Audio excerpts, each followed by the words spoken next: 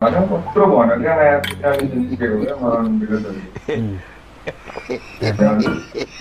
बोलेर भन्नु नि कत्रो भनौँ नि त्यही भएर निस्केको रन्डीको छोरीले भन्दैछ त पछाडिबाट।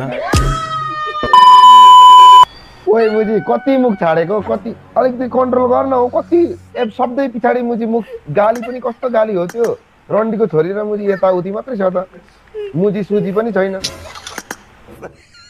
अरे कहना क्या चाहते हो? माने आउँदैछ अरे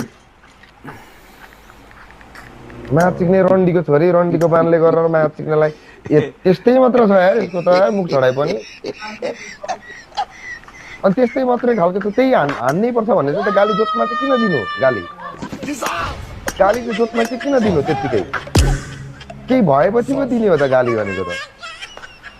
यसले थर्काएको अरे मुजी गाली हान्नु अरे मुजी पनि छैन अरे मुजी त थप्नु अनि त्यहाँ गालीमा अझै